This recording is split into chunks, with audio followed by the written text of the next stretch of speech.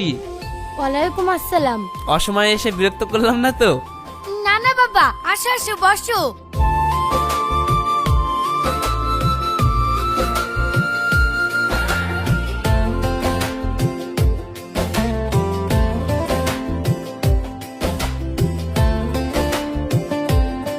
বাপ, রসগোল্লাটা খাও, আমাদের এখানকার বিখ্যাত রসগোল্লা। হ্যাঁ আন্টি, খুব সুন্দর, মানে খুব মিষ্টি দেখতে। রাশিদ, মা তোমাকে রসগোল্লাটা খেয়ে দেখতে বলছে।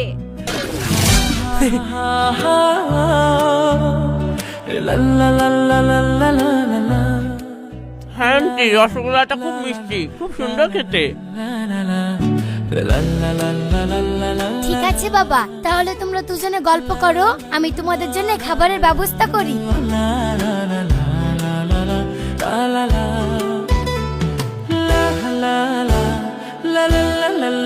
এই, আমার মা বসে আছে দেখতে পাচ্ছ না? তোমার মন কোন দিকে থাকে? তোমার দিকে।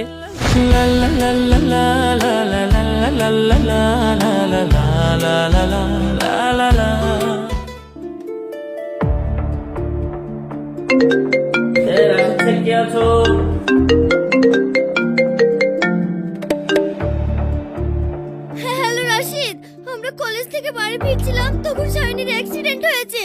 আমরা এখন হসপিটালে আছি।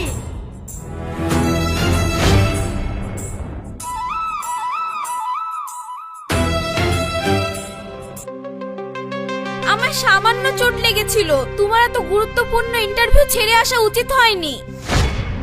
আজ যদি তুমি ইন্টারভিউটা ছেড়ে না আসতে, তাহলে আজকে তোমার চাকরিটা হয়ে যেত আর আমাদের বিয়েটাও হয়ে যেত। আর আমি কাকে এই কথাগুলো বলছি? আমার কথা তো সবই ফালতু। আসলে তোমার চাকরি পাওয়ার কোনো যোগ্যতাই নেই।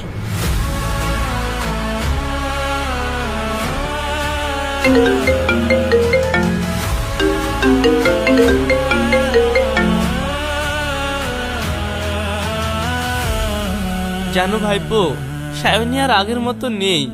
আমার মনে হয় সায়নীর সঙ্গে প্রেম করাটাই আমার অন্যায় হয়ে গেছে। আজ যদি সায়নী আমার জীবনে না থাকতো, তাহলে ওর ফোনও আসতো না, আর আমি ইন্টারভিউ ছেড়ে ওকে দেখতেও আসতাম না। তাহলে আমার চাকরিটাও হয়ে যেত। কাকা, তুমি এসব কি বলছো?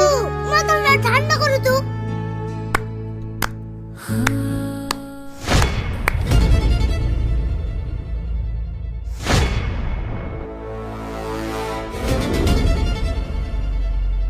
ছাড়ো আমার হাত। তুমি আমার পিঠ পেছনে এত বড় কথা বলতে পারলা?